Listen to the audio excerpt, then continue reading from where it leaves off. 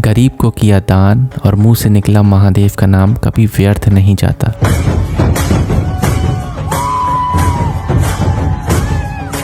महाकालेश्वर मंदिर भारत के 12 ज्योतिर्लिंगों में से एक है। स्वयंभू, भव्य और दक्षिणमुखी होने के कारण महाकालेश्वर महादेव की अत्यंत महत्वता है।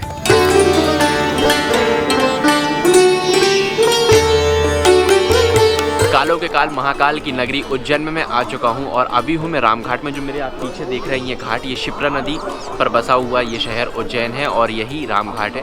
ऐसी मान्यता है कि रामघाट पर स्नान करने के बाद यानी रामघाट पर नहाने के बाद आप अपनी उज्जैन की यात्रा को शुरू करते हैं। तो यही मान्यता को मानते हुए मैं यहाँ पे आया हूँ और मैंने स्नान तो नहीं किया क्योंकि मैं जहाँ से आ रहा हूँ वहाँ पर मैं नहा धो के आया था। यहाँ पर मैंने शिप्रा नदी में प्रणाम कर लिया है और जो कुछ पानी के छींटे होते हैं वो मैंने अपने ऊपर छिड़क लिए हैं। अब इसके बाद मैं जा रहा हूँ महाकालेश्वर मंदिर।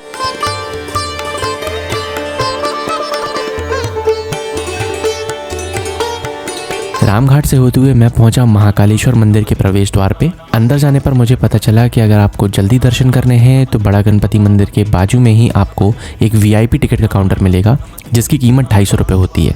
यार मज़ा तो बहुत आ रही है। ऑल्दो इन्होंने कैमरे रखवा लिए, अब सिर्फ मोबाइल से ब्लॉक करना पड़ रहा है तो फुटेज शायद थोड़ा सा हिल रहा हो। मुझे बिल्कुल भी आइडिया नहीं था, लेकिन अब ठीक है, आईफोन आएगा तो ये सारी चीज़ें सही हो जाएंगी।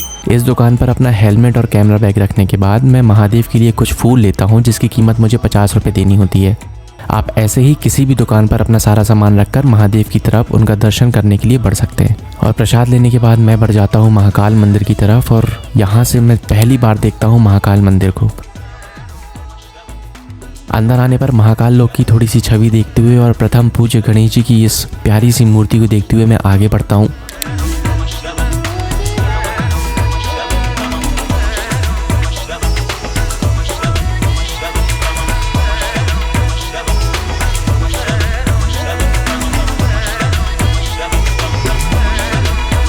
लाइन तो बहुत लंबी है, मतलब मुझे नहीं पता था कि जनरल लाइन इतनी लंबी होगी, अदरवाइज मैं VIP टिकट ले लेता। 250 रुपीज़ का आता है वो जो मैंने आपको बताया अभी।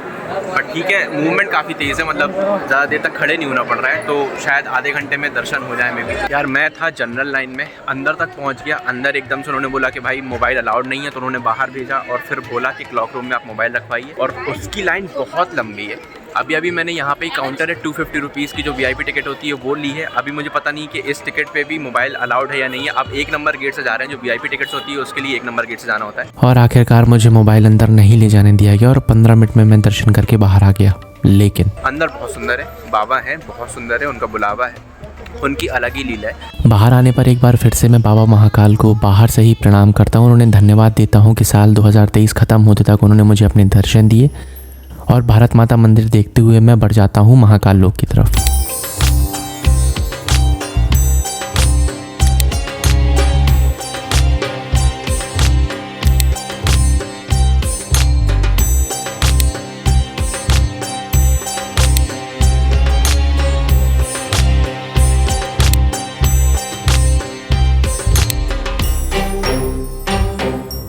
महाकाल लोक घूमते हुए मुझे काफ़ी तेज़ भूख लग जाती है और उज्जैन की गलियों से होते हुए और वहाँ के लोगों से पूछते हुए मुझे ये पता चलता है कि डमरू वाला वहाँ पे सबसे फेमस है भोजन करने के लिए।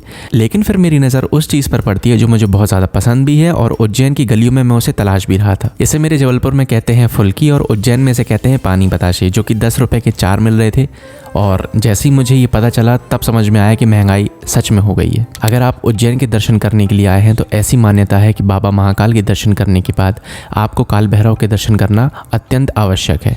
अगर आप काल भैरव महाराज के दर्शन नहीं करेंगे तो आपके दर्शन संपूर्ण नहीं माने जाएंगे। इसलिए महाकाल दर्शन करने के बाद मैं पहुंच जाता हूं काल भैरव महाराज के पास और यहाँ जाकर मुझे क्या पता चलता है, भाई क्या मौके पे आया हूँ मैं यार उज्जैन। मतलब आज काल भैरव बाबा जो है उनका जन्म दिवस है, अष्टमी का दिन है आज। और ये सब जो सेलिब्रेशन है, अभी यात्रा यानी जो सवारी होती है वो निकलने वाली है। और ये देखो आप यहाँ पे सारी चीज़ें अभी इंस्ट्रक्शंस वगैरह दिए जा रहे हैं। मेरे को अभी पता चला and I am so much excited कि यार मतलब सही है, अब दर्शन भी बहुत अच्छे होंगे। और आज तो उनका भैया जन्म दिवस है, बहुत बढ़िया। तो अभी यात्रा वगैरह देखेंगे, प्रॉपर सारी चीज़ें मैं भी देख लूँ कि वो वहाँ तो फटाके ऐसे फटाके फूट रहे हैं यार, अभी दिन में ही मज़ा ही आ रही है। उज्जैन के राजा विक्रमादित्य भगवान शिव के बड़े उपासक थे उनकी इसी उपासना के कारण भगवान शिव ने उन्हें आशीर्वाद दिया और राजा विक्रमादित्य ने उज्जैन पे 132 सालों तक राज किया। राजा विक्रमादित्य के बाद उज्जैन के राजा महाकाल कहलाए और उनका साथ देने के लिए बाबा काल भैरव ने सेनापति की उपाधि को संभाला, जो कि आज तक हमें देखने को मिलता है। आज बाबा काल भैरव का जन्मदिन था और कुछ ही देर में बस उनकी यात्रा निकलने वाली थी। सौभाग्य से मैं उसी दिन पहुंचा था और मुझे ये यात्रा देखने का अवसर मिलने वाला था। चारों तरफ बहुत ज़्यादा भीड़ थी, खुशी का माहौल था, लोग नाच रहे थे, बहुत सारी चीज़ें हो रही थी। ये सब कुछ देखकर मैं बहुत ज़्यादा खुश हो गया और अपने आप को किस्मत वाला समझते हुए मैं उसी भीड़ पर खड़ा हो गया और बाबा की यात्रा निकलने का इंतज़ार करने लगा। उस दिन बाबा की मेहरबानी मेरे ऊपर कुछ इस प्रकार थी कि मुझे वहाँ स्थान मिला जहाँ से ठीक सामने बाबा की यात्रा निकलने वाली थी।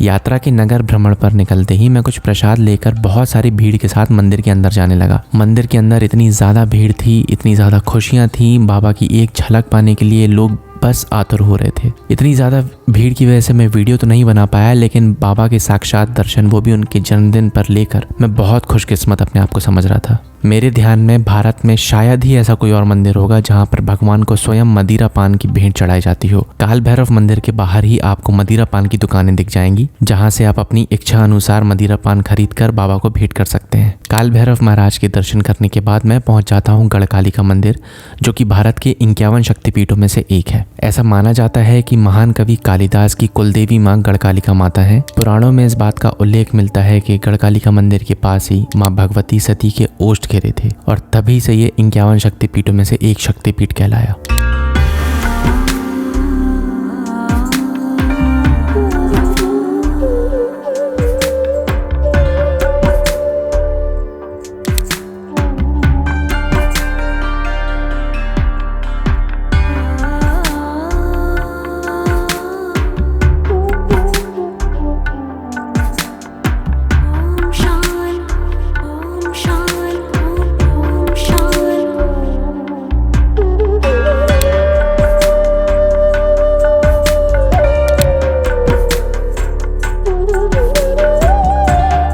यहाँ पे आपको पूजा का सामान तो मिलेगा ही मिलेगा, खाने के लिए भी यहाँ पे कुल्हड़ चाय वगैरह मिल जाएगी, मैगी मिल जाएगी स्पेशली।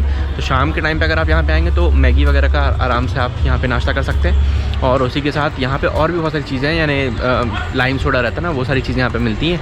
पार्किंग भी है सही है। और यहीं से फिर भर्तृहरि गुफा करके है, जो भर्तृहरि गुफा जिसको बोलते हैं, वो भी यहीं पे ही है।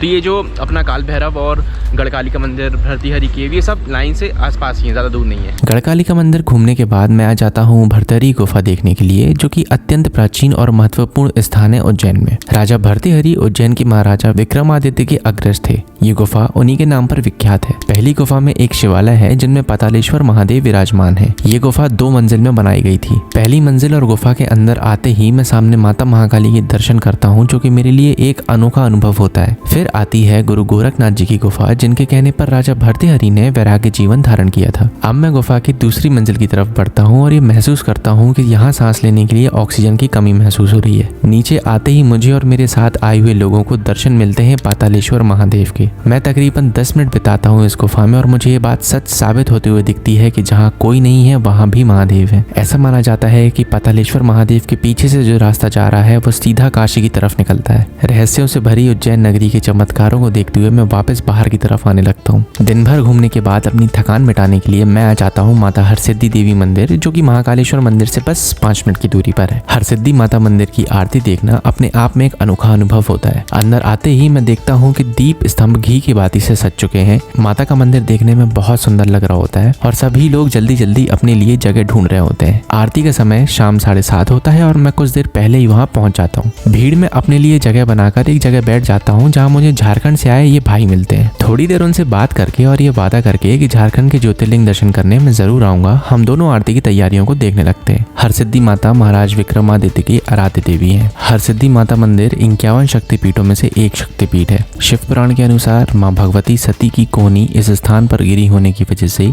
इस स्थान को शक्तिपीठ कहा गया है। देखते ही देखते दीप स्तंभ के दीपों को जलाने की प्रतिक्रिया शुरू होती है और मैं ये देख के शौक हो जाता हूँ कि कितनी रफ्तार से चढ़ के एक एक दीप को 5 मिनट के अंदर ही जला दिया जाता है।